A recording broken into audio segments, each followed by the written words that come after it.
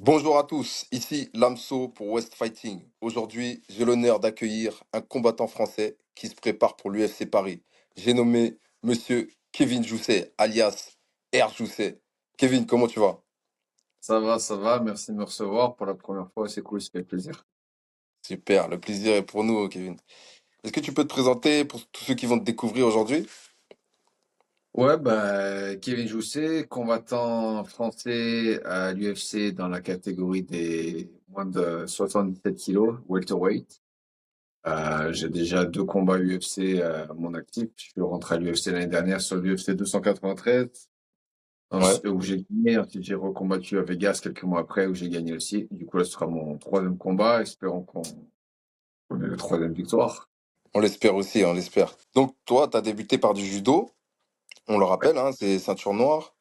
Comment s'est fait cette transition? Qu'est-ce qui t'a motivé à devenir un combattant MMA?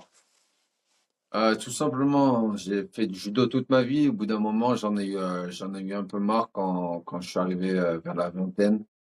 Euh, J'avais fait de la compétition vraiment toute ma vie depuis plus jeune âge. Et je suis arrivé à un âge où je savais que pour arriver au plus haut niveau, sans avoir l'amour du sport, ça allait être difficile. Du coup, j'ai décidé d'arrêter.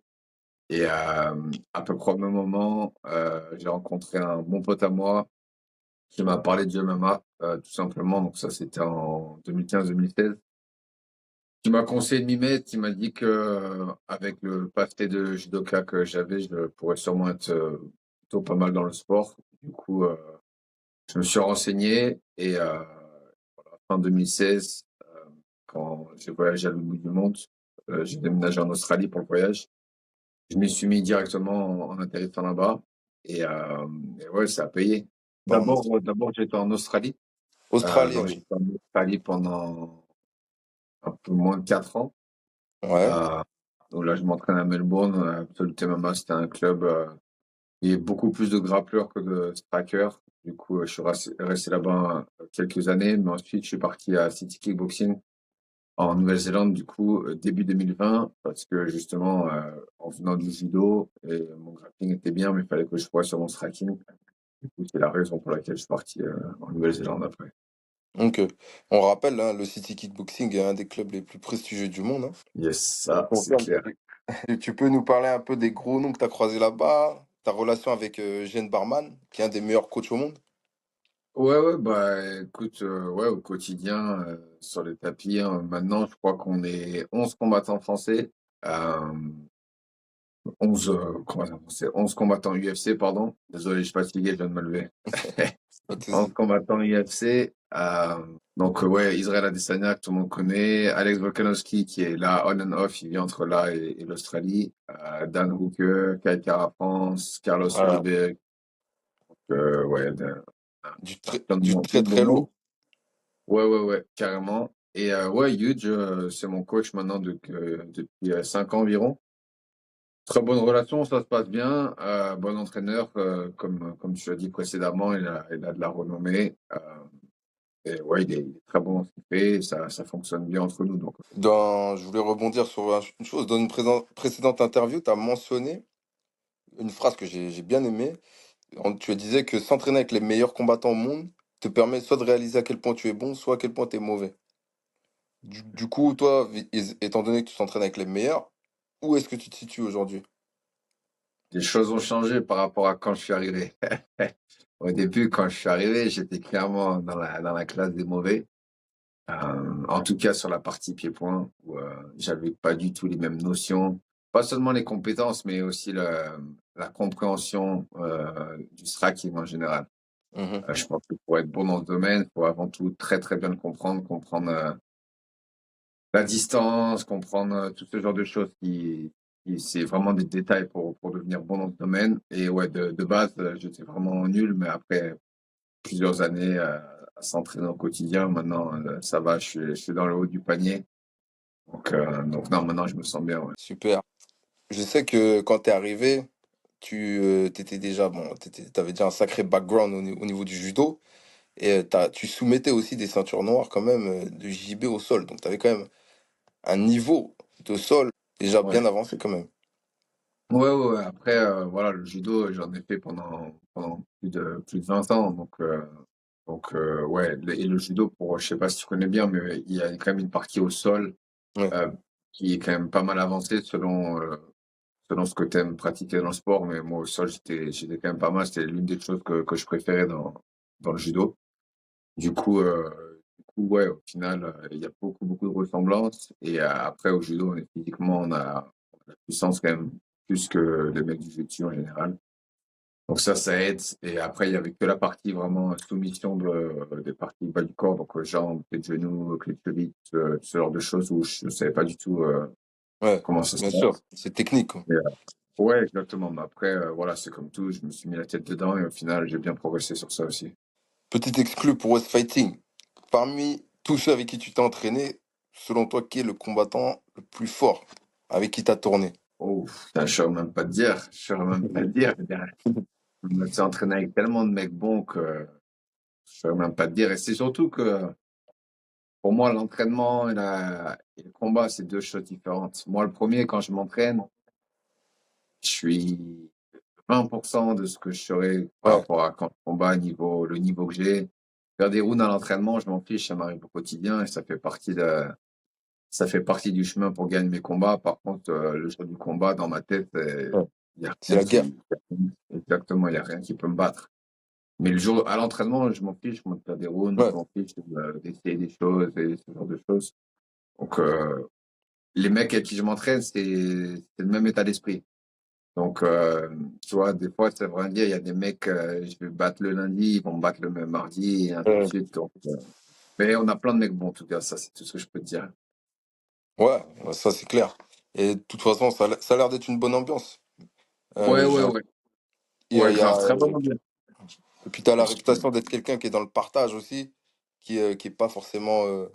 T'es pas là pour assassiner tes partenaires en sparring, quoi. Non, non, non, carrément pas. Et je pense que c'est l'une des raisons principales pour laquelle la gym, la salle ici a eu autant de succès, c'est vraiment l'état d'esprit. Genre, on est tous dans le même état d'esprit, on est là pour s'entraîner et pour s'entraider, Ouais, vraiment pour progresser ensemble et pour être prêt le jour J. On n'est pas là pour montrer qui c'est le patron le jour de l'entraînement, mais on est là pour vraiment se préparer le mieux possible que le jour du combat on puisse performer. excellent. C'est ce qu'il faut, hein, de toute façon, dans le sport, hein. Ouais, C'est ouais, ouais, c'est clair. Ça reste un sport ingrat entre guillemets. Donc, si on arrive à peu près s'entretenir ouais, sur les entraînements, tout en restant dans l'état d'esprit que voilà, on est là pour progresser. Donc, voilà, faut s'entraîner dur, mais l'entraînement, c'est pour se préparer pour gagner les combats, pas l'inverse. excellent. Et toi, tu as commencé le MMA un petit peu tard. Est-ce qu'il y a des combattants quand même qui t'ont inspiré durant ta carrière? Ouais, j'ai commencé fin 2016 du coup, et non, moi, je suis pas le genre de mec à voir des mecs que je regarde, je me dis, ouais, je suis fan d'eux, j'ai envie de faire comme eux. Non, il y a plein de mecs, techniquement, je me dis, ah ouais, ils sont vraiment bons dans ce domaine et je regarde beaucoup de vidéos pour vraiment essayer de comprendre ce qu'ils font et m'inspirer de ça. Mais Ouais. après, il n'y a pas un athlète en particulier où je me dis, ah ouais, faut que je le rencontre, faut que je fasse comme lui. Ouais, pas du tout. T'as un bon état d'esprit, en fait, t'as ton état d'esprit à toi, original. C'est ce qu'il faut aussi, hein. Ouais, T'es- ouais, bah, écoute, ouais, je reste moi-même. Je reste moi-même. Tu restes fidèle à toi-même et ça se ressent, en fait. C'est l'énergie que je ressens. Et C'est c'est cool. cool. Comment t'as fait justement pour te démarquer et arriver dans cette organisation qui est la plus prestigieuse aujourd'hui? Ouais. Ouais, bah écoute, ici on a beaucoup de bons combattants, pas que dans ma salle, mais dans la région en général, en Australie, Nouvelle-Zélande. Maintenant, on peut voir ces dernières années, on a de plus en plus d'athlètes aussi qui se font signer en UFC. Un Ouais, peu comme en foot au final. C'est juste que voilà, on n'avait pas forcément les opportunités pour pouvoir montrer le niveau des athlètes ici. Mais enfin, beaucoup de mecs que j'ai combattus sur la scène ici en Australie ou en Nouvelle-Zélande ont largement le niveau UFC. Donc voilà, j'ai juste combattu les meilleurs mecs d'ici, tout simplement. J'ai combattu qui pouvait. J'ai combattu dans plusieurs catégories de poids. J'ai combattu welterweight, middleweight et même light heavyweight une fois parce que je trouvais personne. ouais, Donc, ouais, je me suis forcé à combattre les mecs les meilleurs de la région. Et au final, ça a payé parce que quand je suis arrivé en UFC, je savais que j'étais prêt. Du coup, j'ai gagné des ceintures pour l'organisation principale ici qui s'appelle HEX. C'est clairement l'une des plus grosses organisations d'ici. Et j'ai gagné la ceinture middleweight d'abord et ensuite la ceinture welterweight. Vu que j'avais les deux ceintures, ensuite l'UFC m'a contacté. C'est là où ça a commencé. Ah, c'est bon à savoir, hein.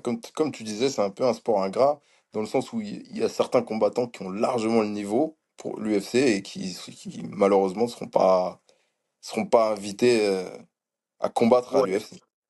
ouais, ouais, c'est clair. Après, je pense que aussi, il faut comprendre que c'est un business plus qu'un sport. Ouais, Euh, Quand tu as compris que c'est un business, tu t'intéresses à ce qu'ils aiment, tu ouais, comprends ce que l'UFC recherche. Et une fois que tu connais les règles du jeu, c'est soit toi, tu t'adaptes aux règles du jeu, et dans ce cas, tu mets toutes les chances de ton côté pour être signé un jour. ouais, Ou bien tu te borné et tu te dis qu'il y a que gagner, gagner, mais au final, tu fais des combats qui n'attirent pas forcément les yeux de l'UFC. Et dans ce cas, si tu joues pas avec les règles du jeu, ils seront sûrement jamais intéressés. Donc voilà, c'est un business, c'est un sport, ouais, mais faut savoir le faire intelligemment si tu veux que l'UFC soit intéressé et t'appelle un jour. bah ça, c'est bon à savoir justement pour tous les combattants qui regardent cette vidéo et qui espèrent un jour intégrer l'UFC. Écoutez le conseil de Kevin. Après. Je reviens sur ce que tu disais quand tu disais que tu avais justement croisé le fer avec les meilleurs. En 2019, justement, tu as combattu avec Jack Della Maddalena, qui est aujourd'hui une star de l'UFC. Ta première défaite, et ça a marqué un tournant. Tu peux nous parler un petit peu de ce combat et les leçons que tu as retenues de ce combat? Ouais, première leçon, prends pas un combat en une semaine de notice si tu reviens de Ah ouais, vacances. ok. Ça, c'est la première leçon. Mais non, par contre, en vrai, je dis ça, mais si c'était à refaire, je le referais totalement. Pour moi, je pars du principe que des fois dans la vie, tu as des opportunités, qu'il faut savoir les saisir. Tu sais jamais quand elles vont revenir, ou même si elles vont revenir un jour. Là, au final, il était censé combattre un autre mec à Melbourne, là où je vivais du coup à l'époque. Et ce mec-là s'est blessé. Du coup, on m'a proposé le combat. J'ai dit oui. J'ai perdu, mais voilà, je regrette pas d'avoir pris le combat. Si c'était à refaire, je le referai. Et ouais, non, juste, c'était un combat intéressant où j'ai énormément progressé. C'était mon premier combat qui a passé le premier round et du coup, c'était la première fois où vraiment fallait que je me rende compte, ok, qu'est-ce qui se passe quand j'arrive pas à amener le mec au sol. Maintenant, c'est comme ça que ça va se passer dans le combat. Donc voilà, j'ai pris un beau coup de coude au deuxième round, ça m'a ouvert l'arcade et ensuite le médecin n'a pas voulu que je combatte entre le deuxième et le troisième round. Donc, le médecin a arrêté le combat. Ouais, Très frustré de terminer le combat, mais bon, c'est comme ça. On apprend et ouais. Ah, mais en tout cas, tu as une mentalité guerrière. T'as déjà refusé un combat, toi? non, Jamais, bah, ça m'étonne pas.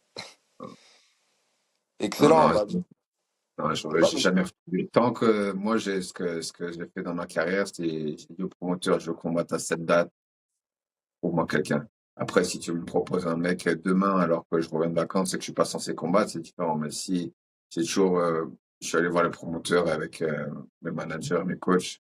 On ouais, dit la date à laquelle on est prête et les noms qu'ils nous ont donnés, c'est les noms qu'on a combattus. Je pars du principe que si tu veux être combattant, t'es pas là pour choisir, ok, je veux lui, je veux lui, je veux lui. Sinon, t'es pas combattant, t'essayes de, d'avoir des highlights pour tes réseaux sociaux et faire croire aux gens que t'es combattant. C'est pas la même chose. complètement d'accord. Beaucoup devraient s'inspirer de cette mentalité, je pense. On Ouais. va parler un peu de tes débuts à l'UFC en 2023, des débuts fracassants contre Kiefer Crosby, l'Irlandais. Soumission premier round. Est-ce que tu peux nous parler un peu de ces débuts spectaculaires? Ouais, ouais, ouais, j'étais satisfait. Bah, tu vois, c'était un début que j'espérais et j'attendais depuis un bon moment, surtout après avoir gagné les deux ceintures que je parlais précédemment. J'avais hâte d'avoir l'appel de l'UFC, mais ça venait pas, ça venait pas, ça venait pas. Au final, ils m'ont appelé peut-être 2 semaines avant, 10 jours ou 2 semaines avant l'UFC à Sydney, l'UFC 293. Ouais, Mais dans ma tête, je m'étais tellement préparé où je pensais vraiment qu'ils allaient m'appeler soit pour l'UFC Paris, soit pour l'UFC Ciné. Du coup, je m'étais quand même préparé pour ce combat. Je suis pas arrivé en mode touriste. ouais, J'avais vraiment l'espoir d'être signé. Donc, quand ils m'ont appelé, j'étais prêt. Et ouais, le combat, il s'est déroulé comme je l'avais prévu, comme je me l'étais imaginé. J'ai gardé la pression sur lui en pied-point. Au bout d'un moment, il a essayé de m'amener au sol, ce qui était une mauvaise idée. Et j'ai réussi à le terminer immédiatement au premier round. Donc, bon début. Ouais, c'était bien pour commencer comme ça sur mon premier combat UFC, c'est clair. Ouais. Juste avant la fin, en plus, 10 secondes avant la fin, il Ouais, 10 tape secondes avant la tout de fin du suite. premier round, donc parfait. Et au moins, ça m'a permis de recombattre quelques mois après et pouvoir enchaîner. Je vais revenir sur une chose d'où on parle pas, on n'en parle pas beaucoup. T'as fait une déclaration qui visait Conor McGregor à la suite de ce combat-là contre l'Irlandais. Tu te confirmes ou... J'ai fait un appel sur Yann Gary. Yann Gary, parce qu'en fait, Kiefer Crosby, le mec que j'ai combattu, pour les gens qui ne savent pas, c'est l'un des meilleurs potes de Conor. Et ils s'entraînent Ouais, ensemble au quotidien et tout ça. Et du coup, cette semaine-là, Conor, il postait beaucoup par rapport à son collègue, du coup, qui venait en Australie pour me combattre et tout ça. ouais, Que j'ai dit à la presse conférence, pas à la presse conférence, pardon, directement dans la cage après le combat, j'ai dit en anglais, je vais vous le faire en français, mais j'ai dit maintenant que j'ai battu le meilleur pote de Conor, je peux battre le meilleur fanboy de Conor en parlant d'Yann Gary. Du coup, j'ai dit Yann Gary, let's go. Je savais qu'il voulait combattre et que, soi-disant, personne ne voulait le combattre. Et moi, comme je t'ai dit, je pars du principe que si tu es en UFC, tu veux combattre tout le monde. hmm, Donc voilà, je l'ai call out. Et ensuite, à la presse conférence à l'arrière, juste après le combat, Conor avait tweeté par rapport au combat et avait dit ouais, c'était pas short notice, on l'aurait battu, blablabla. Bla, bla. hmm. Et je me suis dit un truc genre que c'était quand la dernière fois qu'il a battu qui que ce soit. Mais ouais, c'est tout. Ouais, t'étais totalement dans le vrai en plus. Ouais, ouais, ouais. Bah, après, pas là pour trash talk, mais bon, si tu vas parler, je vais répondre. C'est clair, net et précis. Ok, second combat face à Song Kenan, le chinois. C'était un bon Ouais. combat, hein. Une véritable guerre. Euh, Ouais. C'était quoi tes sensations, toi, dans ce combat? Ouais, de base, je sais pas si tu te souviens, mais c'était censé se passer à Shanghai, du coup en Chine. Quand j'ai vu qu'il y avait l'événement en Chine, j'ai appelé mon manager et je lui ai demandé qu'il me mette contre l'un des deux Chinois. Il y avait soit lui, soit comment il s'appelle? Li Jingliang. Donc il y avait deux Chinois. Je lui ai dit, mets-moi l'un des deux Chinois en Chine, demande à l'UFC si ça les intéresse. Ouais. Je sais pas que ça allait les intéresser parce que eux, ils avaient déjà, je sais plus, je crois qu'il y avait 6 ou 7 combats en UFC, le mec que j'ai combattu, et Li Jingliang, il en avait genre une dizaine. Du coup, je savais pas si ça allait les intéresser, sachant que moi, c'était seulement mon second combat. Au final, ça les a intéressés. Mhm. Et au final, ce qui s'est passé, ils ont changé l'endroit, ils l'ont passé de Shanghai à Las Vegas. Du coup, j'étais un petit peu embêté par ça, mais bon, au final, ça n'a rien changé. J'ai combattu, ouais, à l'UFC Apex à Las Vegas en décembre dernier. Ouais. Et ouais, je savais que c'était un mec qui venait plutôt du pied-point. Mais c'était un combat dans lequel je voulais vraiment montrer que je pouvais faire du pied-point avec tout le monde. Et voilà, je l'ai battu sur chaque round assez clairement. J'avais gagné 30-27 sur les trois juges. Et ouais, c'est un combat que j'ai eu beaucoup de plaisir. J'ai eu beaucoup de Ouais. plaisir. Je voulais le terminer. Euh, Pas réussi à le terminer, mais bon combat en général. Donc voilà, hein, on prend la victoire et on continue d'avancer, hein. Ouais, bah, j'ai vu des médias en tout cas qui t'ont interrogé, qui t'ont demandé si tu t'es senti un petit peu sonné au premier round. Moi, j'ai pas trouvé, hein. J'ai vu que t'étais solide, vrai guerrier, de A à Z. Ouais, non, Comme non, t'as dit je à me suis pas. l'entraînement, on prend des coups, donc t'es habitué, quoi. Ouais, ouais, exactement. Mais ouais, j'ai pris des coups, mais bon, si. Ouais, non, j'ai pas été sonné. Il m'a touché, mais j'ai réussi à roll un peu avec le shot. Du coup, Ouais, au final, ça a été. Il m'a pas touché trop de fois. Euh, donc, non, non, ça a été. Donc, ouais. Et ouais, comme tu dis, à l'entraînement, on prend quand même des coups. Ouais, ça va, je suis habitué. bien sûr. J'ai des snipers à la salle, donc quand je prends des coups par les mecs de la salle, des fois, ça fait tout aussi mal, si ce n'est plus que des coups en combat. Tu m'étonnes. Ensuite, on a eu le combat qui a été annulé, le FC Saint-Louis. Ouais, Et on avait suivi, moi j'ai suivi en tout cas tes vlogs, d'ailleurs, c'est excellent. cool, Franchement, merci. respect, continue, ça fait vraiment plaisir. Ah, les gars, RJC, c'est du lourd. Ouais, ouais, Donc, là, on va avoir pareil pour l'UFC Paris. J'ai mon caméraman encore qui vient, donc ouais, je vais avoir des vlogs tous les jours de la Fight Week. Et au moins, ça permet aux fans du sport de voir un peu comment ça se passe de l'intérieur, parce qu'au final, les gens ne se rendent pas forcément compte, donc c'est cool de leur faire vivre un peu de l'intérieur la Fight Week. Donc j'ai eu des bons retours, mais merci, ça fait plaisir. Ouais, parce que après, moi, j'étais un peu déçu pour toi, parce que j'imagine la frustration, toute la préparation que tu as donnée, c'était... et au final, le mec, il est pas au poids. Ah, bah, ce qui est ouf en plus, c'est que de base, après le combat de décembre, moi je voulais combattre au plus vite. Donc de Hmm. base, ils voulaient mettre sur la carte d'Atlantic City au mois de mars, où j'avais dit oui, j'étais prêt, je me préparais pour ça. Au final, ils ont repoussé parce que soi-disant, ils pouvaient pas être là ou je sais pas quoi. Ils l'ont repoussé au Ouais. mois de mai. On a dit ok, on combat au mois de mai. Et là, au mois de mai, le jour de la pesée, le mec il vient pas. Ouais, ça m'a rendu ouf, hein. Des mois et des mois de préparation pour au final pas pouvoir combattre, tu perds de l'argent et juste de la frustration, tu vois. Tu t'entraînes au quotidien pour progresser, pour combattre, tu vois, c'est ce que je kiffe. Donc Tu déçu, mais m'étonnes. bon, c'est comme ça. Mais bon, au final, ils m'ont dit, bon, t'inquiète, tu seras sur Paris de sûr. Donc je me suis dit, bon, allez, donnez-moi quelqu'un de bon à Paris qui va pas baisser la culotte, mais qui va être là le jour du combat. Ah, tu t'en doutais un petit peu, parce qu'apparemment, il était coutumier du fait, ce Je me doutais combattant. pas qu'il allait pas venir ou qu'il allait. Je me doutais que c'était possible qu'il loupe le poids. Mais moi, tu loupes le poids, je m'en fous. Donc, on combat au poids du dessus. Tu vois, ça va. Ouais, Tu vas me donner 30% de ta peur, ça on va quand même combattre. Mais par contre, le truc, c'est que vu qu'il est même pas venu à la il est pesée, même pas venu carrément. non, bah, C'est en gros, les incroyable. retours, les retours que j'ai eu des diététiciens, quand tu as l'UFC, tous les matins de la Fight Week, tu dois donner ton poids au diététicien. Et en Ouais, gros, le retour que j'ai eu des diététiciens, c'est que dès le début de la semaine, il arrivait à un poids beaucoup trop lourd où c'était sûr qu'il serait pas au poids. Et au lieu de demander de faire un catchweight à ce qu'on combatte un peu plus haut, vu qu'il avait déjà manqué le poids plusieurs fois et qu'il voulait pas être dans les mauvais cahiers de l'UFC, il a fait genre il s'était tapé la tête pendant la week-end et que du coup, il ne pouvait pas combattre. ouais, Alors ouais. qu'en vrai, il a juste compris qu'il serait jamais au poids et que s'il n'était pas au point une fois de plus, l'UFC, il le cutterait, tu vois. Donc, ouais, frustrant, très, très Très frustrant. frustrant, ouais, j'imagine. On le rappelle, hein, il s'agit de Jared Gooden.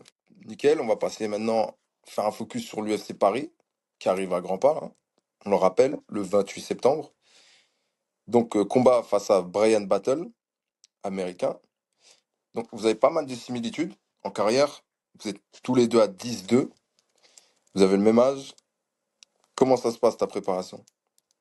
Au top. Franchement, ça se passe bien, je me sens bien. J'ai faim de combat. J'ai faim de combat. J'ai vraiment hâte de combattre devant mon public aussi. C'est quelque chose que j'attends depuis un bon moment. Je sais qu'il y a des attentes sur moi, mais moi, j'ai des très grosses attentes de moi-même d'une façon ou d'une autre. Donc voilà, je me suis très bien préparé, je me sens bien, le poids est bien, je me sens bien à l'entraînement et en sparring. Je pense qu'on a un bon game plan pour battre ce mec-là. Et je pense aussi que ça va être un combat que le public il va vraiment aimer. Et ça va être une très bonne introduction de moi-même au public français. En tout cas, on l'espère. Donc, actuellement, là, tu t'entraînes au Boxing Squad avec Aldric Cassata. Non, là, je suis toujours en Nouvelle-Zélande, là. Ah, t'es J'ai toujours en Nouvelle-Zélande? ouais, ouais, j'ai fait, en revenant de Saint-Louis, j'ai fait un mois à Nice, au Boxing Squad, Ouais. où je m'entraînais avec Aldric, du coup. Ensuite, je suis venu là pour les 2 mois, un peu plus de 2 mois de préparation, 2 mois et demi de préparation. Et là, je prends l'avion demain, justement, Ah donc oui. à 13 jours du combat, pour Nice. Je reste à Nice pendant une semaine où, du coup, je me réentraîne là-bas avec Aldric et tout ça. Et ensuite, j'arrive à Paris pour la Fight Week. Ok. Moi, je pensais que t'étais déjà là. Non, Parce non, non, que, pas encore. J'ai vraiment fait tout, la plupart de ma préparation aussi, en d'accord. Nouvelle-Zélande. Donc là, tu dois être fin prêt, là. Ouais, ouais, carrément. Et ouais, pour revenir sur le Boxing Squad de Nice, donc c'est notamment le club d'Axel Sola, Virgile Auguin et Ilan Boafia, des figures du MMA français. Yes. Qu'est-ce que tu penses justement de ces étoiles montantes du MMA Ah, français? ils sont très très bons, ils sont très très bons, comme on a pu parler précédemment, tu sais, c'est des mecs qui n'ont pas encore eu l'opportunité de montrer, enfin, ils ont eu l'opportunité de montrer en France, mais pas encore sur les plus grosses organisations mondiales. Et les Ouais. trois mecs que tu viens de citer, plus certains autres, c'est des athlètes qui sont déjà au plus haut niveau, et j'ai aucun doute du fait qu'ils seront en UFC un jour, et ça peut être certains des meilleurs combattants au monde, ils sont très très bons, pareil, top pour s'entraîner. Donc c'est aussi pour ça que je vais là-bas m'entraîner de temps en temps. On m'entend bien avec eux, ils sont très bons, on reste ensemble. Donc j'ai hâte de voir leurs futurs combats et de les voir arriver dans la plus grosse ligue du monde dans les années qui arrivent. Ouais, nous aussi, on a hâte, hein. On a vu déjà pas mal de choses d'eux et c'est Ouais, prometteur. ouais, ils sont très prometteurs, ils sont jeunes, ils sont bons, ils ont la bonne mentalité, donc Mhm. on va payer pour eux aussi, c'est sûr. Ouais, j'ai l'impression que c'est typique niçois, ça, là. Vous avez une sorte d'humilité, en même temps, vous êtes en mode guerrier. Ouais, ouais. Après, je pense que dans la plupart des cas, je pense que ce qui compte, c'est que l'entraîneur mette le bon état d'esprit dans la team. Si l'entraîneur il met le bon état d'esprit dans la team, de toute façon, les choses elles sont claires depuis le départ, au moins tu sais à quoi Mhm. t'attendre. Et, euh, et ouais, faut rester humble. Bon, on combat le jour J, voilà, on est tous pareils, hein. Ouais. Pour revenir à Brian Battle, donc il est un peu plus petit que toi, je crois de 2-3 centimètres.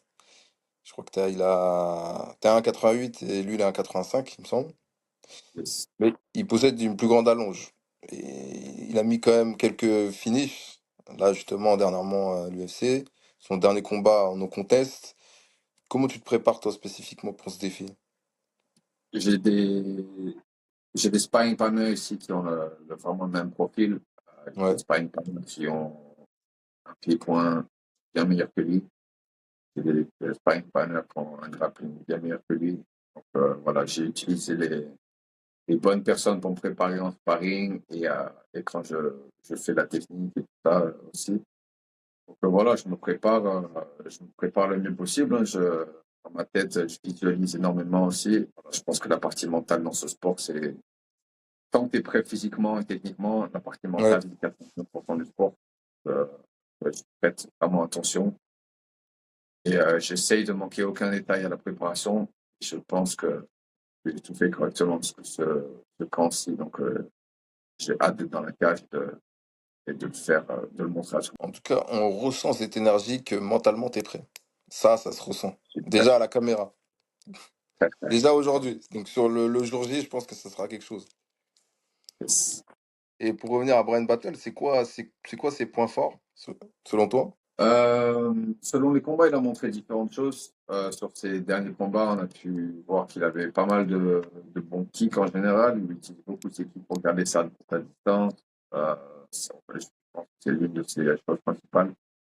Son pied-point, il est plutôt bon aussi. Il utilise beaucoup son allonge, ce genre de choses. Et après, son grappling, il est bon, mais en général, il fait d'abord les dommages debout.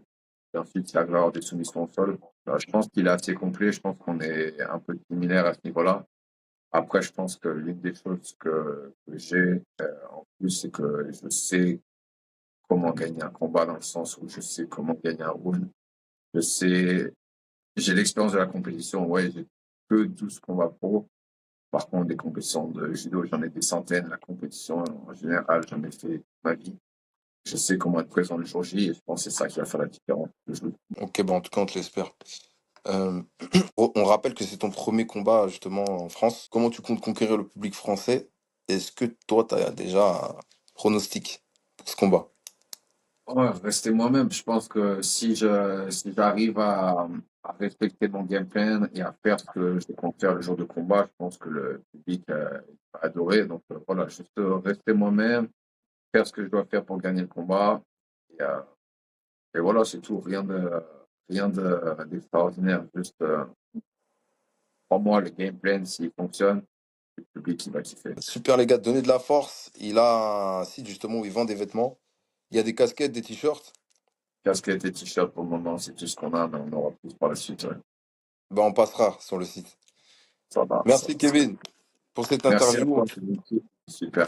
On te souhaite le meilleur pour ton combat à l'UFC et on est impatient de te voir performer devant le public français. Merci à toi. Merci Merci vraiment. beaucoup. Ça fait Courage plaisir. et force. Merci.